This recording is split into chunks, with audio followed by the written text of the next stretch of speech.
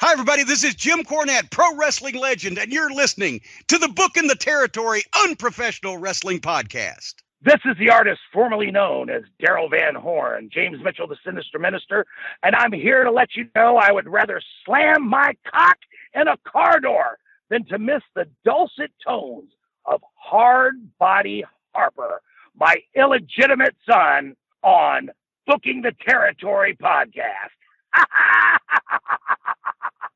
Welcome back, everyone, to this week's episode of Smoky Mountain Wrestling Podcast. This is Smoky Mountain Wrestling, episode 190, September the 16th, 1995.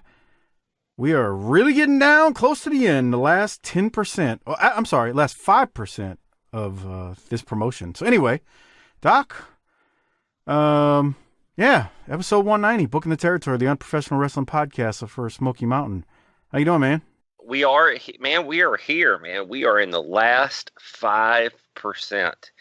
You know, there's not many podcasts or groups of fellas or even just people you meet in life that have the commitment to do something that's takes this long to get through. I was talking to Mrs. Doc earlier today, and she's like, "What are you going to do when this is over?" And I was like, "Absolutely nothing. Breathe." Right. But you know, a couple of things to mention here. We don't have Bobby with us today. We are trying to make a little bit of, because the world is in an uncertain place, we're trying to we have some time. We're going to get some episodes cut so that as you're at home, bunkered down and living through this coronavirus, you have some content.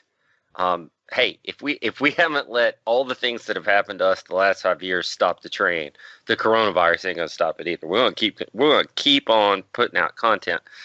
So we don't have Bobby with us, but we really do want to appreciate Bobby for joining us and thank him the last few weeks, because I mean his insight into a lot of these things from what was going on in the promotion and from his perspective being there was really some invaluable insight. And not to mention he's just a fun guy to hang out with. So we do want to thanks to Bobby. We're a little uncertain now on what the last 9-10 episodes look like. I will tell you this. I was expecting this episode to be a deep, like the cliff that we're talking about have been projecting, but I don't want to give anything away in terms of awards at the end, but I thought this was a really pretty strong episode, and I enjoyed it. So if you need to do any business or whatever it is that you do, maybe you should do that, and we could go ahead and hit the ring, pal. Well, yeah, I wanted to mention, first I wanted to thank Bobby. Doc and I are actually recording this not on a typical day we record it, so we're kind of like, there's a lot going on in the world, so we're shifting some schedules around to get this done, and that's why Harper's not here. And that's why Bobby's not here either. So that's the main reason why it's the two of us. We enjoyed having Bobby the last 6 weeks, and we'll see if we can get him back. It just really, honestly, it depends on the state of the world, which has taken a bit of a turn in the last few weeks, and we'll leave it at that. So yeah, that's one thing I wanted to say. So thank you, Bobby, for your contributions. It was fun having you. And you are right. I do need to take care of some business. Shout out to Disrespectfully Classy, Marky Blassie, Kyle Riley, Mike Childry, Joe Ice for your generous patronage each and every month. And this is taping number 1 from Cookeville, Tennessee at the Cookeville Community Center, drawing 400 people, if you believe what the internet says, as we jump into episode 190. So this was a new venue? I'm sure we've been here before. But I mean, like, new in the series, right? Oh, yeah, like technically we finally jumped to a new venue. I see what you're saying. That's what I mean. So, okay, well, it looked suspiciously like the other one, except it just got darker. So, because I actually had a note.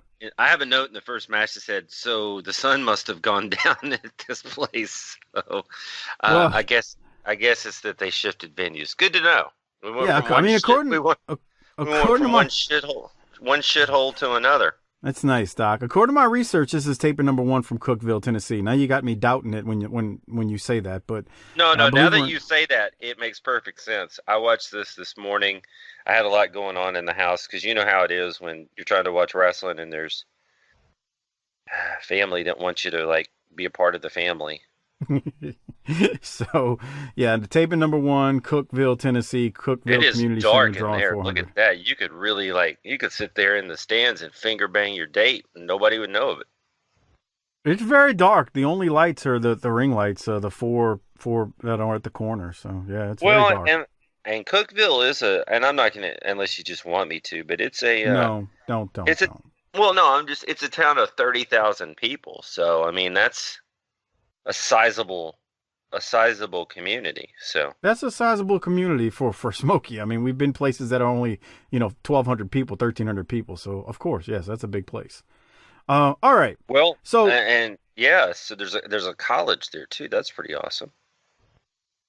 Well, 30,000 people, you would generally have a college there, probably. Let's move there. You know that's also the place where Mac Brown was born.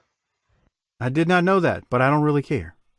Well, you're just you don't have a lot of what we would refer. J.J. Redick was born there. It seems you want to give out demographics, even though this is the dumbest part of the show. I thought you thought the government cheese was. I mean, the disability checks. You don't like the disability check. That. The disability checks just wore me down. Everything wears you down. You're not the one who gets 60 emails a week going, "Why did you rank this episode 8 and this one 8.3?" And I'm thinking, I don't even remember what happened in episode number 80 specifically that would make me say 8.3. 3.4% of those people will be dead inside by the time this episode comes out, so you'll be fine. So we're going to get into this show. All right. Hey, Les is back. Les and Chip open up the show. There's no opening. They go straight to the ring where we see Killer Kyle and Larry Santo. Killer Kyle in a ridiculous singlet, zebra print, is going up against the Dirty White Boy and Tracy Smothers, the Thugs. And my note is the Thugs win with a double buck snot blaster on Larry Santo. Buck snort, not snot. Right. I was going to have to clean that up there for you. Yeah, so Kyle has another gimmick, apparently, even though we don't know what it is. And he's back to doing jobs. So, man, that guy has had a lot of gimmicks, huh? He was in the Union. He's been the New York mob dude. He's had his share of. He's been a utility player. He's been everywhere. He did the mob thing, I guess, in the beginning. Gangsters. Union. The Union. Now this, I don't even think he's anything here. He's just a light-skinned African-American man in a zebra singlet. Literally. Kind of sounds like you. So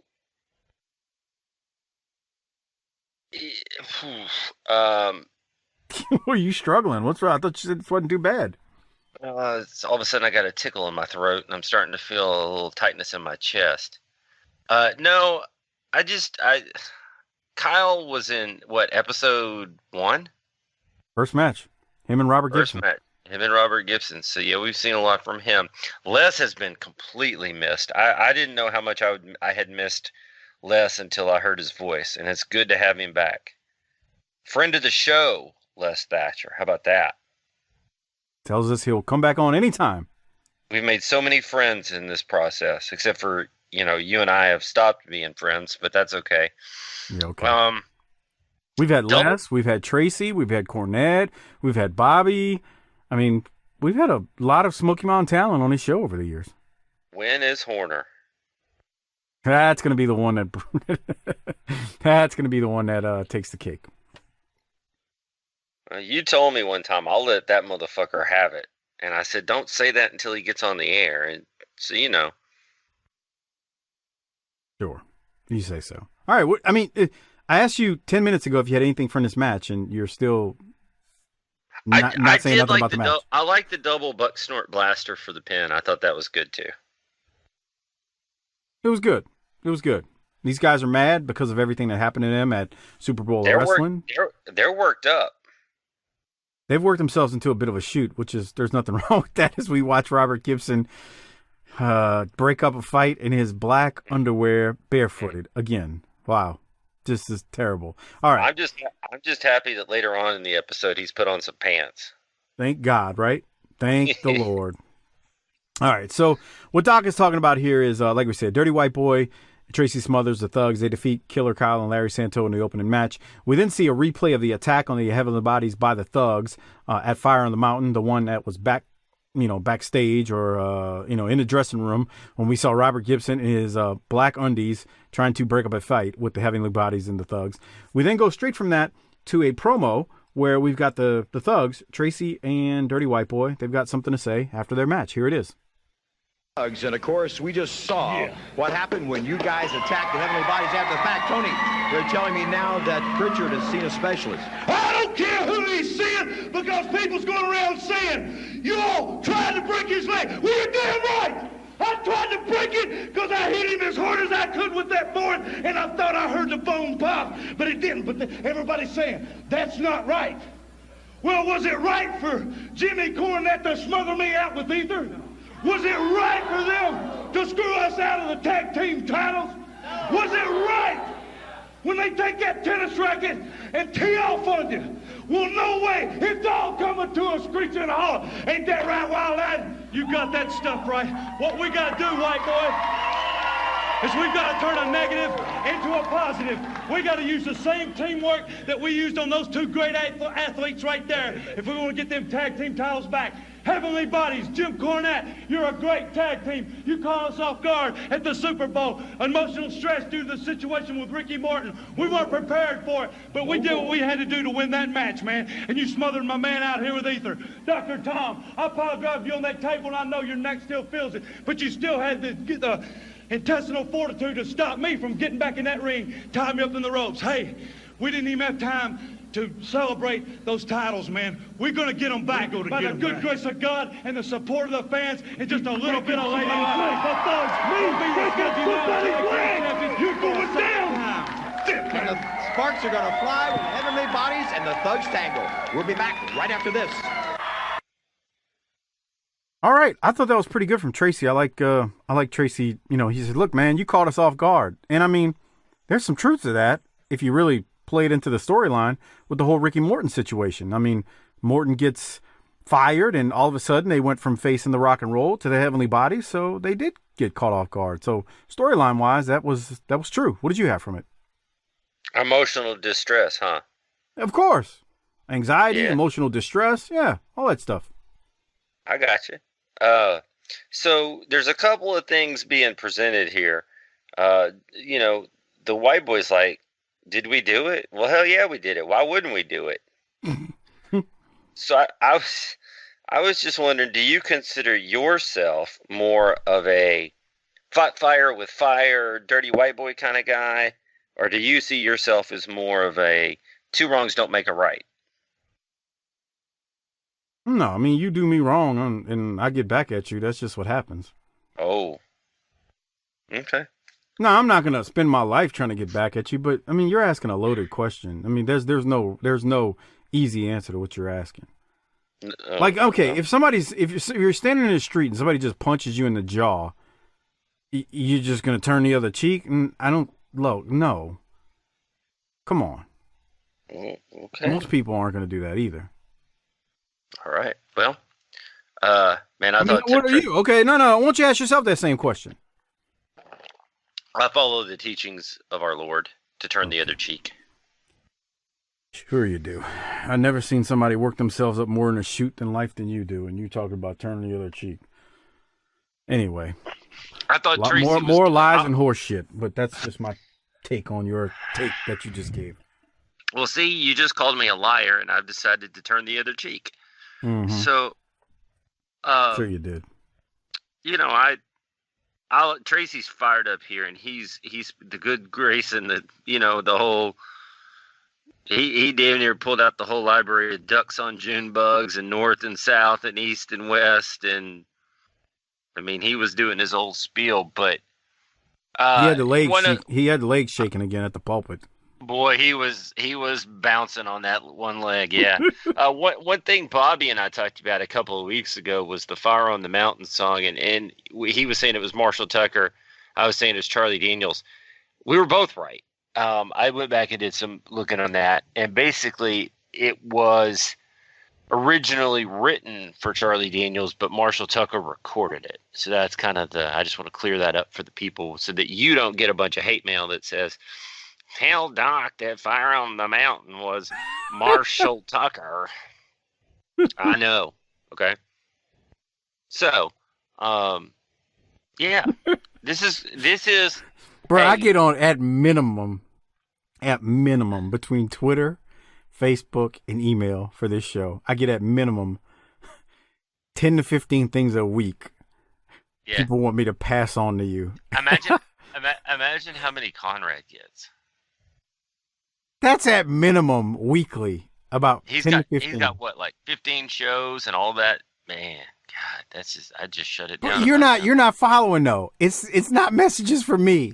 It's, hey, pass this on the Doc. I'm like, well, how come you don't ever pass secretary? How come you don't ever compile them and send them over? Bruh, you don't understand. One, I don't have the time to do it. Two, inside of preparing for the shows and posting the shows. And two, there's no way I'll ever remember. That there's too many come. Oh. And some of them are death wishes to you, so I wouldn't pass it on to you anyway. Why? Tell that stupid son of a bitch, if I ever see him, I'm gonna whoop his ass. No, you're not. He ain't shit. He talks a lot of game, but he ain't worth a crap. You need to replace him. Okay, so first of all, let's address that. And I'm going to try to do it in a calm fashion so that we can de-escalate this situation. We've been doing this for almost 5 years, people. If I was going to get replaced, don't you think it would have happened by now? So there's that. Second of all, and I've explained this over the last year and a half, did I work a heel gimmick for a while on y'all? Yes. Did it work? Apparently so. But it was in an effort to be what? So we could be different. We're unprofessional. Am I walking around out there to my wife and kids and calling them cunts and bags of yeast and all that kind of stuff? No. Is there a side of Mike and Harper and I that are like this that's unprofessional that when we get together it naturally comes out? Of course. But, dude, for the most of our lives, we're just dudes that have families that are going to work, and this is our hobby. So everybody needs to enjoy it and come along for the ride. It's okay. You know what? Him upset. You know, just if you live in the Smoky Mountains, yeah, I hear it's one of the most beautiful parts of the country. I was just talking to a guy a couple of weeks ago from Kentucky. And he was telling me, man, you need to go take the kids. I was like, that sounds like a really good idea. There's no joke there. I love it. I love that there's mountains and trees. And I hate that your economies have been hollowed out by globalism, but that's not my fault. Oh boy, here we go. So, can we get back to the show? Yeah, can we just get? I mean, I don't hold any ill will against any of you. Sure you don't. I really don't, actually. All right, so we need to set some law and order in place here. Can you get the sheriff on the phone here? Maybe a commissioner. Speaking of the commissioner, as it was a pretty nice transition right there, Doc. We have a prepared statement from Bob Armstrong here, so let's see what this is all about. And it may have had something to do with a lot of the shenanigans that's been going on. Here it is. Well, the recent chaos in Smoky Mountain Wrestling has resulted in action by the commissioner, Bullet Bob Armstrong. Let's take a look at this statement released by Bullet Bob. Because of all the recent chaos and turmoil in Smoky Mountain Wrestling, I've let a lot of things slide. We've had problems with Ricky Morton. We've had problems with the USWA. We've had all kind of legalized problems. This is wrestling, not legal turmoil. We're going to get something straight, and I'm going to get it straight starting now. And I've got a prepared statement, so listen closely, wrestlers and fans. The most blatant offenses against the Smoky Mountain Wrestling in past months have been the vicious beating of Buddy Landel by the militia in Barberville, Kentucky. The militia consisting of the Punisher, Terry Gordy, Tommy Rich, and Jim Cornette. and also the dressing room attack on Tom Pritchard by Tracy Smothers and the Dirty White Boy. Now, these events have crossed the line. As a result, Punisher, Gordy, Rich, Cornette, and Smothers, and Tony Anthony have each been fined $1,000 each. And those fines were my decision, and they will stay my decision. And they'll be extracted from their purses in wrestling, so there's no way they'll get out of paying them, if you know what I mean. In addition, there are 2 new mandatory fines in Smoky Mountain Wrestling. Anyone striking a referee or other official in a match will be automatically fined $250, and anyone bringing a potentially deadly weapon, such as a 2x4, steel chair, lead pipe, or what have you in the ring will be automatically fined $500. And that does include my baseball bat. It's history, the Tennessee toothpick I'm talking about. I expect these rules to be followed so we can return to competition where men can settle their disputes like men, and there you have it. Those are rules. They're the ones we'll be going by from now on. With me, John. Well, so we just turned back the clock. It's 1995, but we're going back to 1992 rules here in the initial Smoky Mountain when we had rules back then. Doc, what do you have from this?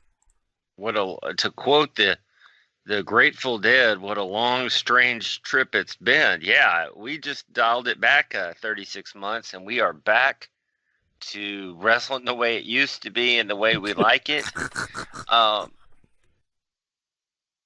Man, if you go back and for the video, folks, and just give me a shot of Bob standing there. I want to speak to that. Yeah, let's go ahead and go forward a little bit. There we go. There. That is everybody our age's grandpa. Yep. In the South. So all my friends in the Smoky Mountain, that's if you're in the South, that's our grandpa if you're in your 40s, back when you were a kid. The big oversized glasses, the hat that's like not cool at all, the shirt but look at those forearms, and he could still like get it on if he had to one last time. He could get on one last time and whoop somebody's ass. And he's like, he's always questioning you, his grandkid, what you know how to do and not know how to do, so that he can yell at his son or daughter for not teaching you those things. What do you mean you don't know how to change a tire? You're 6. People 5 years old and older need to know how to change a tire. You don't know how to change a tire by 5. You're a waste. What's wrong with you, boy? You're over at the house. It's their house. It's like, how come you ain't taught him how to change the tire yet? And you're like, oh shit. 5-year-old boy don't know how to change a tire? The hell, you queer or something? Well, I wouldn't have gone that far, but I'm glad to see that you have. That's what they. Bro, you know them old men back in the 80s, and they said some wild stuff that the world would shoot them into the sun now over. Oh yeah, it's good. It's good that those people went ahead and died. They couldn't live. That's today. Nice, Doc. God. Okay. What else you got from Bob here? He did say that the Tennessee toothpick is now outlawed. Did he say that the racket was? No, he didn't hear it. He didn't say it. Okay. I mean, it's the racket is actually not the problem. It's the use of the racket. Yeah, but he outlawed the bat. Nope. It's not the same. And I'll give you an example. The belt, a wrestling belt, like you see the Heavenly Bodies right here on the Patreon video, tinyurl.com/PatreonBTT. You gonna ban belts? No. Yeah. Oh. You need to ban the use of them and hitting them upside the head and fine people. But the belt's not the problem. It's the person using the belt. So no, he did not ban the racket though. And a bat is really a weapon. God, that's a weapon. Like a sledgehammer. That's even worse. A sledgehammer is worse than a bat. I mean, you can kill somebody with a bat, but a sledgehammer? Come on, man. Dumbest gimmick for the dumbest wrestler ever. Now, shall we proceed? Yes, sir. All right. Nothing else, though. Do you like how Bullet Bob turned back the hands of time? Well, we're going to finish like we started, I guess. I guess so. That's where we're at right now with this promotion. Coming out of Commissioner Bob Armstrong's prepared statement where he tells there's 2 new rules: striking officials and no use of deadly weapons, which, will produce a $250 fine and a $500 fine, respectively. We've had a bunch of people also fined, as you saw there on the Patreon video. We go now to the Heavenly Bodies and Jim Cornette for something to say in this episode. Me, General Jim Cornette, the Heavenly Bodies, the new Smoky Mountain Tag Team Champions. Well, you're having those flashbacks again, aren't you? 1969, you and Ron and Don Wright and Whitey Caldwell out at Chilhowie Park. Let me explain something right now. I'm rather upset. I was watching a monitor in the back there. I heard exactly what the thugs said. They said that they attempted to break the man's leg. Now, I want you people to take a look at this. You see this right here? Dr. Tom Pritchard almost suffered a broken ankle. But thanks to me, I put him on an airplane to Houston, Texas, where he consulted with one of the finest orthopedic specialists in the history of medicine, Dr. Bill Gray, down there in Houston, who fitted him with a corrective orthopedic boot. That is the only way that they would allow this man to get back in a professional wrestling ring. The thugs came within that far of ending his career. But thugs, that bar ain't good enough except in hand grenades and horseshoes. Because you didn't end his career. They're still the Smoky Mountain Wrestling Tag Team Champions. And as long as that boot is around his foot, his ankle is going to be well enough to get in that ring and do what we do best, and that's beat people up. But it's still a shame, a shocking incident for the thugs to be allowed to do something like that to a man on purpose and get away with a measly $1,000 fine, Jimmy. You're exactly right, Jim. It's a crime. The audacity of the thugs going after my partner, a great man that he is, trying to injure his ankle, trying to break his ankle. But if it wasn't for Dr. Gray, my partner wouldn't be here with me today, defending these tag team titles here at Smoky Mountain Wrestling. And when are the thugs going to get another shot at these belts? Let me just say this. I've had all kinds of injuries throughout my many years of professional wrestling. But this, by far, was the most serious I've ever occurred in my career as a professional wrestler. Now let me just say this. A lesser man would have been confined to a wheelchair the rest of his life. A lesser man would have said, no more. I've got to relinquish the belt and let him find another partner to go on. But you see, I'm not an ordinary man. I by far am not a lesser man in any degree you want to talk about. But I will tell you this. I went to my Dr. Bill Gray. He did fit me with an orthopedic boot, so I'm able to defend the Smoky Mountain Tag Team Championship.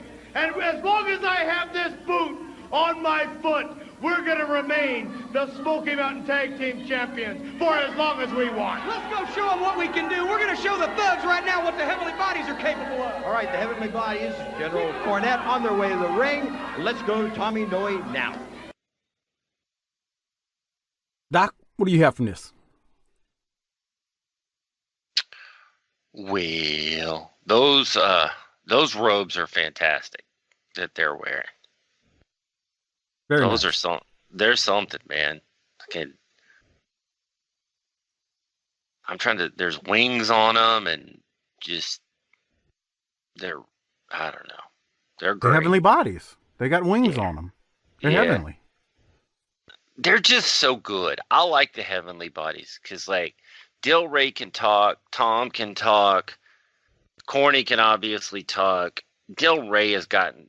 I mean, he was goofy, but he's good. Dr. Tom's Dr. Tom. It's good to have them back, and I really like the potential, even though we know we're coming to a brick wall here with them and the thugs.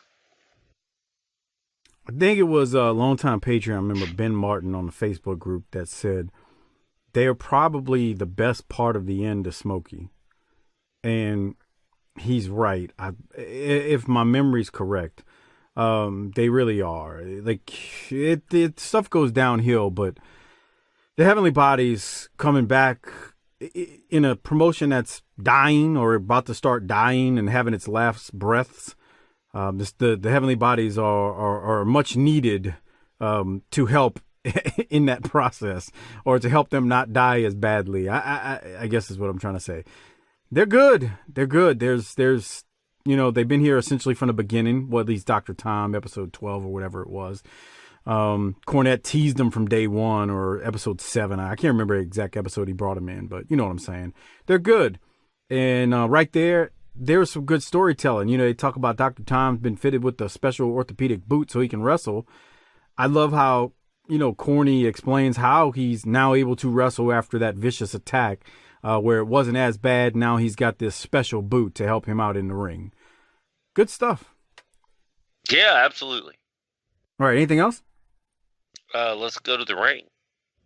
The Heavenly Bodies wrestle Ron Davis and Chris Michaels. Man, Chris Michaels looks like Rick Morton, dude. Yeah, I mean, especially from far away. From far away, I was thinking, man, they should just throw him in a tag team with Gibson and call him Sticky Horton. That's nice, Doc. Grow up. I mean, come on. What? Sticky Morton. I said Sticky Horton. Because what was that guy from Jack Pfeffer or whatever from Chicago in the old days that would have the guys that were, names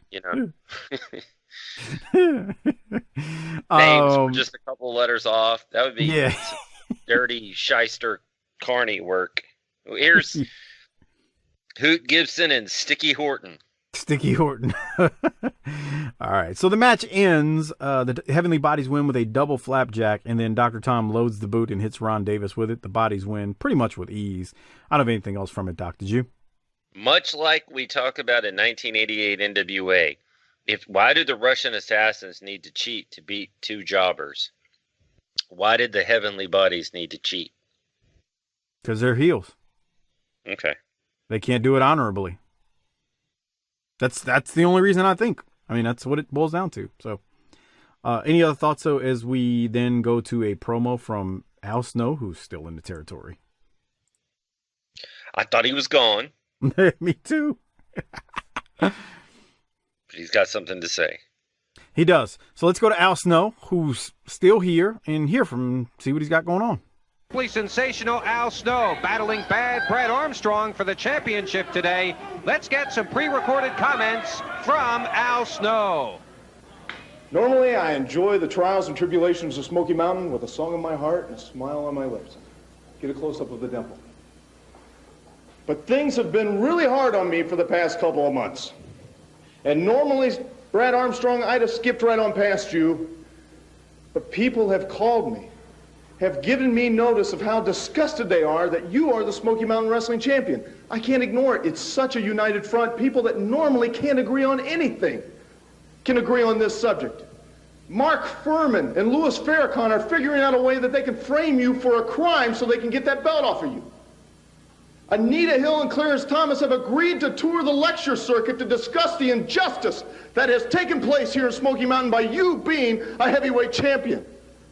The Bosnians and the Serbs, the last peace meeting they had, the only thing they could agree on was that you needed to be executed for being Smoky Mountain heavyweight champion.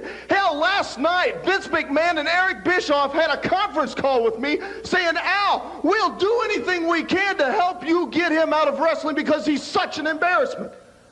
I cannot ignore the united front that is taking place behind me. They are pushing me forward, Brad. I have no choice. So I am going to take you on today, and I'm going to take that belt. And if I don't take it, if I get hornswoggled one last time, and please, Brad, don't misunderstand, it's nothing personal, even though your father has been at every turn these past few months screwing me around. If I get screwed one more time, then I think Smoky Mountain Wrestling doesn't deserve that ultimate wrestler that I am. And I will leave by my own choice. So, Brad, you be ready, because I'm going to take that belt away from you, and I'm going to prove to everybody else why I am the ultimate wrestler. Thought that was pretty effective, Doc. What did you think? It's so ludicrous and so awesome and so effective. And Mark Furman and Farrakhan and Bosnians and Serbs and Anita Hill and Clarence Thomas. Fucking Vince and Bischoff. Right. That was the one. I mean, he did say a lot of stuff, but that was the one I was like, whoa, okay. That one popped me. And just that the Serbs and Bosnians have agreed that you need to be executed when they were over there doing some ethnic cleansing. So, it's the kind of ridiculous exaggeration, much like my own heel character for the first 3 years of the show, that makes wrestling just so much doggone fun. Okay. He calls Brad Armstrong an embarrassment, and Snow says if he doesn't win, he's going to head on out of Smoky Mountain. He's going to do some social distancing. I get it. All right. Any other thoughts on it, though? I thought it was good. I thought Brad was real. I thought Al Snow was good. I thought it was real good, too. I think we're going to see him later on in the show, get in the ring and mix it up. So we'll get more Al Snow a little bit later in the episode. We are. We then go to Kessler's Corner, which is a segment where Chip Kessler will be interviewing guys in the ring. This week, Chip Kessler is going to interview Buddy Landel. First, they go to the footage from Barberville, and we see, Corny. This is where they beat down Buddy Landel at the end, and they court-martial Buddy. So basically, Buddy's out of the militia, and they beat down Buddy and all that good stuff. Buddy's left a bloody mess, and this was the official, I guess you can call it, turn on Buddy Landel after a bit of a tease for a few weeks. Doc, we don't really talk about recaps or anything here, so I'm just going to assume you're good, and we can move to the next segment of the show. Good call, pal. So with that said, let's go now to Chip Kessler, who is in the ring with Buddy Landel, looking very, very stylish with his suit on. Let's hear what Buddy's got to say and what Chip Kessler's got to ask him. Pictures really right there tell the whole story. Well, Chip, I've got nobody to blame but myself. Those were the friends that I chose to hang around with. And after that beating I took, Bullet Bob Armstrong came out. And he told me, Buddy, when you lay down with dogs, you're going to get fleas. Well, Chip, let me tell you and everybody here one thing right now. I just went and got me a good dip. And I'm rid of them fleas.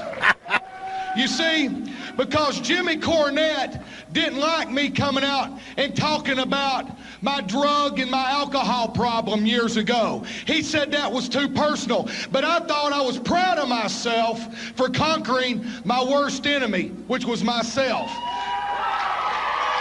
And I also thought that it would give somebody else out there that was in the same situation a little bit of hope.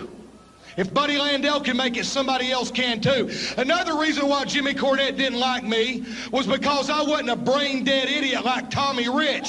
Somebody he could tell what to do 24 hours a day. That's right. I'm my own man. Yeah, Jimmy Preach. Cornette, you put some knots and bruises on me.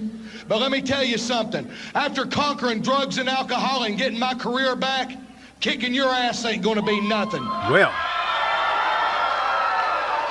because Jimmy Cornette, you can't compare to the past that I've lived. I've been dressing in broom closets. I've been dressing with the referee. I'm a man all by himself. But Jimmy Cornette, let me tell you something. Buddy Landel's done a lot of things in the past, and I probably got a lot of people I've got to ask for forgiveness. But let me tell you something right now. When I say, I mean. And I'm telling you this right now, Jimmy Cornette, if I've got to be my own one-man militia, I'm going to do it, brother, because I'm the man that can get the job done, because, I'm the nature boy, Buddy Landel, and I'm not to be messed with. You've cost me 2 titles, Jimmy Cornette, with Shawn Michaels and with Brad Armstrong. We'll get to that later. I'm coming after you, Tommy Rich. Nature boy Buddy Landel here on Kessler's Corner. We'll be back right after this. That was another good one from Budro, Doc. What do you have? Yeah, I thought that was excellent. He called Tommy Rich a brain-dead idiot, which got some reaction.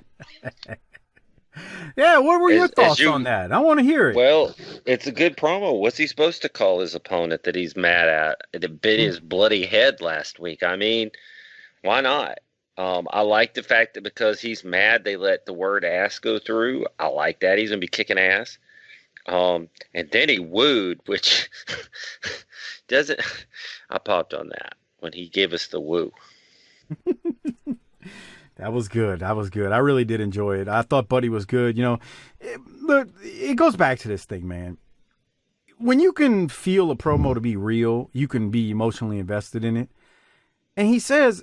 After conquering drugs and alcohol, you can basically conquer anything. I mean, so he's like, you know, there's nothing that can't be done once you've done that. And then he finished it with, he calling Tommy Richard, Brent, that idiot was great. But then he says, I'm going to be my own one-man militia. So, he's like, I don't need you hooligans and you idiots. I can do this on my own. But I just thought the line, going back to conquering drugs and alcohol, you can conquer anything. I the Buddy was spot on again, man. Buddy is just tremendous. His second go around in Smoky Mountain Wrestling. And I'll leave it at that. Doc, anything else before we go to Tommy, Wildfire Rich, and Jim Cornette? No, I thought that was really, really good from Boudreaux.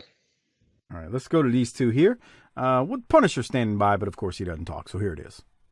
The General and Wildfire Tommy Rich. And, General, you've lost a member of the militia and it may come back to haunt you. No. Don't worry Lost about a man. He never was. He only was a loser. If it hadn't been for this man getting him out of the gutter, Buddy Landel would have never got back to where he was. And as far as you and me, Buddy Landel, we go way back, don't we, brother? And I know what it all is between you and me. It's all a jealousy thing. See, when I used to come pick you up, you didn't have a car, so we could make them towns from your mom and daddy's house. Well, they liked me a lot better than they did you. Then I went on and won the Georgia heavyweight title. You wanted that, you never got it. Buddy Landel, I was a world heavyweight champion. That's something you'll never be in your life. You'll be back in the gutter before you ever get that far. Let me just explain something to Buddy Landel, who seems to have gone off on a one-man crusade here. He acts like Oral Roberts up there or something. Buddy, you didn't have to be a wrestler. You could have been a lawyer. The only problem was he never could pass the bar. Buddy, you're a stinking low-life slobbering drunk. That's all you've ever been, and that's all you'll ever be. I'm the one that bailed you out of trouble. I'm the one that bailed you out of jail before in the past. I'm the one that put up with listening to you say, blah, blah, blah, blah, blah, blah. I straightened my life up. I found religion. I did this. I did that. Buddy, I'm going to tell you one thing right now. You have always screwed yourself up. You've always made your worst career choice. You've always made your worst decision, and you've done it again. When you crossed the militia and you got court-martialed, you screwed up again. I wouldn't be surprised if his wife didn't kick him out of the house again. He's probably sleeping in the doghouse, but you know what? I've seen his wife, and every time he sleeps at home, he's used to sleeping with a dog. And I'm going to say,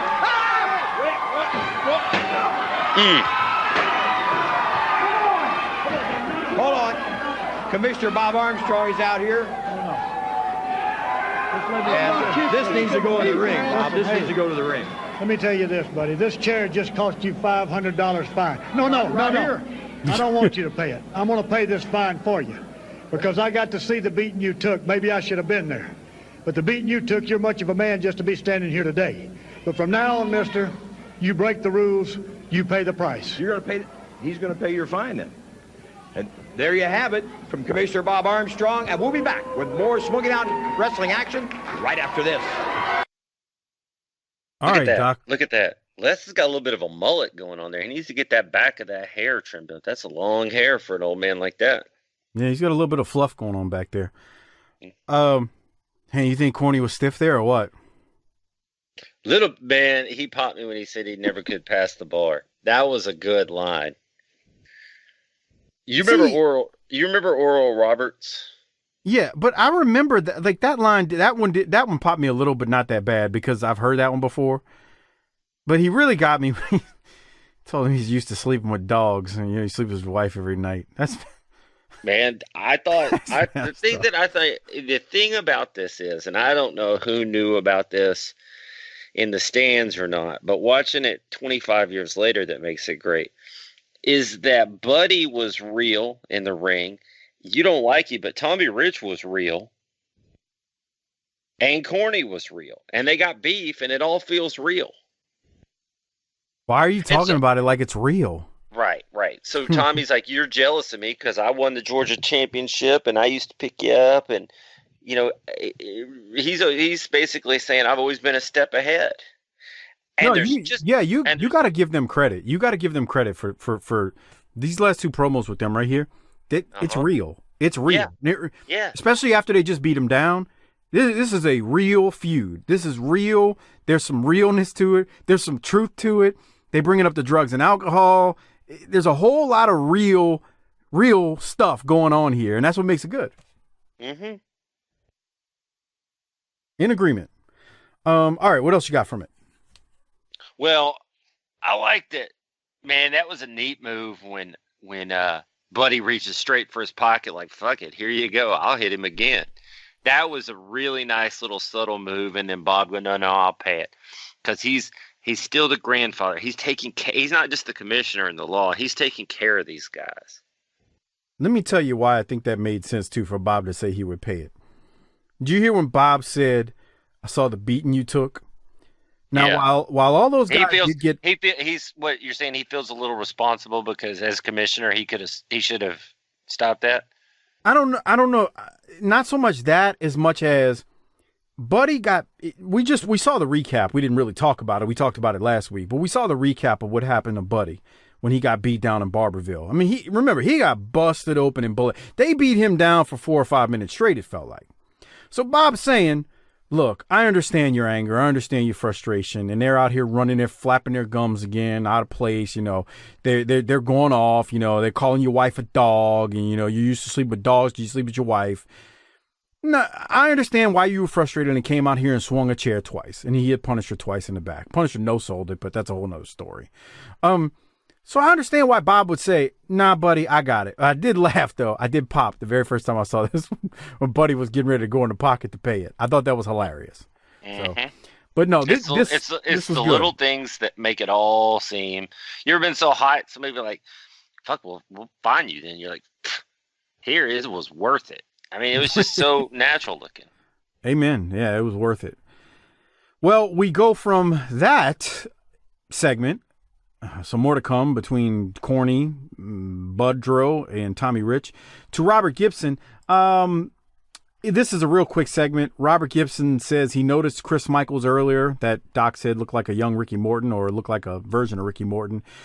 Gibson says he noticed Chris Michaels earlier and he said he wants to give him a chance to be his partner. And this starts the episodes where I think for a few weeks straight, we see Robert Gibson searching for a partner and he feels like a lost puppy dog in doing so. And that was my only comment, as it's only about a 30-second promo. Doc, what did you have from it?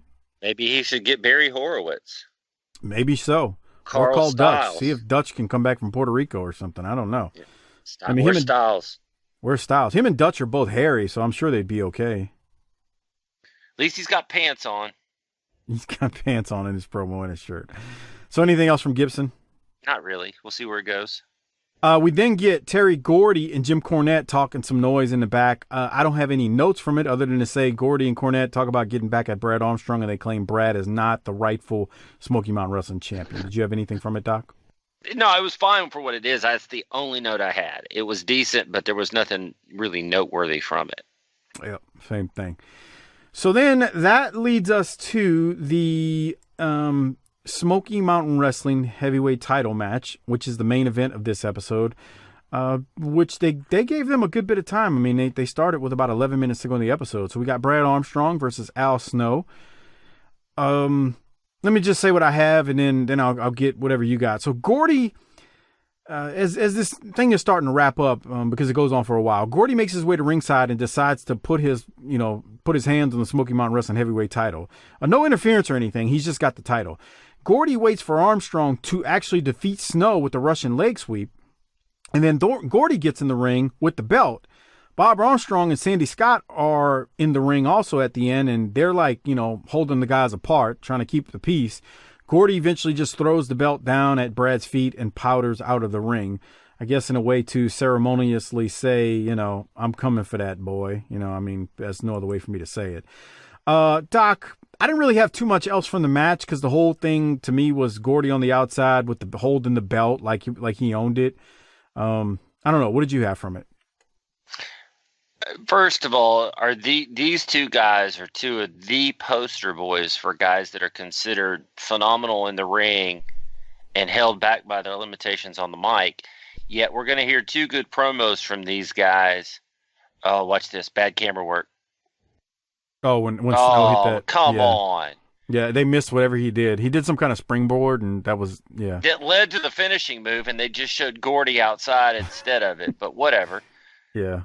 So, BA gets the pin. But these are the two guys that are amongst those that are said, could have been bigger stars if they gave better promos. And I think that's a little bit unfair to both of them, to be honest. Let me get 38-33 real quick. I thought this was a nice move. Okay. I just want to show everybody that I am watching these matches, unlike Harper that just fast forwards through everything. That it looked like a belly to belly that turned into like a quasi choke slam. Yeah, yeah. It was a nice move. But yeah, I enjoyed this match. I didn't take a lot of notes because it was just meat and potatoes, but it was a good match. That was a nice suplex right there that we got just a few seconds after. We saw Brad's butt cheeks as Al picked up his pants. But yeah, I thought this was good, and I guess this does mean now that Al Snow is gone. He should be, but I can't remember. And like we always say with Boo Bradley, it's like, I'll be damned, he's still here. Although I think Boo's gone, but I don't even know, to be honest, so I don't want to say it and all that stuff. You said something there. Breaking kayfabe here. Let's break a little kayfabe. Harper is the only guy who can not watch a wrestling show and yet still join the podcast and still could give you some gold. Am I lying? It fits in so perfectly with his worldview of just kind of floating through life and just, hey, when he comes on every night before we hit the record, hey, I mean, this is just the next thing he's doing that day. Bruh. Bruh, yes, I only watched the first 20 minutes. Bruh, I only got in 45 today. Bruh, I got 10 minutes today. Bruh, I watched the whole thing. I mean, his batting rate on watching the whole episode is maybe around the 50 percentile range. And, you and I are like, so do you want to do 6:45 or 7 or maybe go early or, we'll go back and forth. Oh, I got to see. Let me talk to the wife, all that kind of stuff. He's just, when he comes on with us, hey, that's the next thing he's doing today. That's the next thing. Beholden to no one's calendar. I don't even know what that world was like anymore. We should just be glad that we get him for the short, brief time that we do. I don't think the people understand that. I don't either. Many times over the last few years, we come on here and been like, man, this show is always so just a sea hair away from rolling off the rails. Part of that is that I always prepare, and you could do a word count on this, but when it's no Harper, I have to talk more. And I always prepare like I'm going to have to talk more, and when he's here, it's a pleasant surprise so I can lay back some. You're going to lay out. I don't think they realize it, man. Oh, we love him. We love him. But so be it. And here's the other behind-the-scenes thing for this show. It took a long time to figure that chemistry out because Harper lives in another state. So, it's not like you and I knew each other before we started doing this. Yeah. But it took months for us to figure that kind of chemistry out. And our best show is still always with the three of us here. When Harper hasn't watched it, or maybe he has. It doesn't matter. That doesn't matter. That's not a determining factor. But our best show is with the three of us, and it's the most natural incarnation now. But it took a long time to get there. Bro, a few weeks back on the NWA show, he went off in one episode on kids comparing. That's one of them. Fat broads to seagulls, and why you never feed the seagulls. Fat broads are like seagulls. He's literally his words, not mine. Everybody out there listening. And 2, he went off on kids playing their Xbox and how the Xbox can't give them a little piece of snatch, so you got to turn it off and go outside and put some real colognes on sometimes. And I can't do it justice, but he cut 2 promos in one episode that were tremendous. On an episode that he didn't watch, Doc. Premium content. That's the type of stuff I'm talking about. Scoring when you don't have plays run for you. That's it, bud. All right. With that said, we don't have to rate this thing yet, but we do have one more promo to discuss from Brad Armstrong in this episode. Before I do so, I want to remind you, if you're not a patron, please consider becoming one at tinyurl.com/PatreonBTT. Great way to support this show. Get extra content. Get the video reviews that Doc and I talk about here where, I've got a video version of this as we discuss it and we watch the promos and play the matches and all that stuff. tinyurl.com/PatreonBTT. That's tinyurl.com/PatreonBTT. Okay, Doc. Let's go to Brad Armstrong now. He's going to cut the last promo before we head off air this week. Here it is. With me, the Smoky Mountain heavyweight champion, Brad Armstrong. Brad, tough enough defending this title, but then Gordy comes out and throws a whole new mix into this thing. Yeah, there seems to be some misunderstanding here between Jim Cornette and Big Bam Bam Terry Gordy as to who is the Smoky Mountain champion. Gordy says he is. It ain't gonna happen. Brad Armstrong's a Smoky Mountain title holder, brother. You never beat me for this, but I'll tell you what, Gordy, I'm going to give you a chance. I'm going to give you every chance you want, brother. Every time you see this belt, I'm going to be behind it.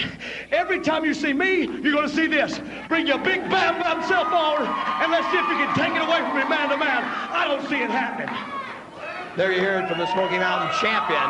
He says, Bam Bam, bring it on, and he will put it on the line for you. And we want to remind you that next week. All right, so, Doc, real quick. Brad was good. Brad told Gordy to bring it, pal. I'm not scared. I thought that was pretty damn good to close out the show. What did you have? Yeah, I liked it, and I liked the line. Every time you see the belt, you're going to see me behind it. That was a good line. He's good. That's a good catch. That was an excellent line. It really was. Any other thoughts on it? No, I liked it, man. And again, he's winning by keeping it short and doing his job.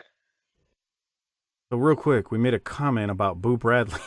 Do you see who's on the screen? Jesus Christ. Balls Mahoney will not leave the territory. It says next week on Smoky Mountain Wrestling, which is going to be episode 191, September 23rd of 95. We got Robert Gibson and Chris Michaels versus the Heavenly Bodies and the Punisher versus Boo Bradley. So stay tuned to see if that happens. Dude, it's crazy because it's September. If I would have asked you at the beginning of this, hey, how long does Boo Bradley stick around? You would have told me February of 95. Yeah. 7 months later, he's still here. Man. Oh, boy. Boo stuck around, man. Give him credit. He was involved in some good stuff, though, too, during the promotion. And, the whole thing with Candido, him. Yeah. So, all right. We do need to do the disability checks and ratings and also give out the government cheese. Before we do the disability checks, remember, use our Amazon referral link. It's tinyurl.com/BTTAmazon. It's a great way to support the show without spending anything extra, and it kicks back a little bit of money into the show when you use it. Again, it's tinyurl.com/BTTAmazon. Please consider using it, and please give that link to the wives and girlfriends and spouses and boyfriends, whatever you have in your life, and tell them to use it every time they're on Amazon. There you go. All right, Doc, how many disability checks are you going to give this one? I kept waiting for this. We talked about doing this episode this morning. We're like, hey, we could knock out a show today. So I was like, man, dude, I don't want to watch this last 10. They're just depressing and sad. And this show was good. Yeah, I was surprised that here we are a few weeks after the Super Bowl, and we're like, man, that was a good episode. Yeah, so I'm gonna say 8.1. So I'm gonna give it an A-. I thought it was fine. I mean, good promos, some quality in-ring action. Yeah, maybe we're gonna have a really graceful exit from the promotion. I wouldn't count on it. Wait till the little dude comes in near the end. God. That's all. There's some stuff near the end. It's just like, come on. Like a monkey flinging poo at the wall to see what sticks. Oh, boy. Okay, so Government Cheese Award. I'm going with Buddy Landel. Who are you going with? That's an interesting choice. In that is who I also selected. When he wooed and gave you the talking about, getting his life together. I'm gonna leave you with something this week that I bet you don't remember about your first pass through this. True or false? We will go back to Wayne's car dealership before the end of this promotion with Buddy. Yes. Okay. I think so too. That's why I asked that. I think so too. And it may be in the next week or two, but I don't 100% remember. I do remember it. Yeah. Okay. I think we go back to Wayne's car dealership. I don't remember if it was good or bad or what, but I think we go back to it. So that'll be great. All right, Doc. So before we get out of here, just a couple of quick things, and I got to go ahead and take care of. One, check out Our Vantage Point, the Retro Wrestling Podcast with Joe Murata and Michael Quinn, the northern version of BTT, slightly classier, a little bit more professional, but still fun nonetheless.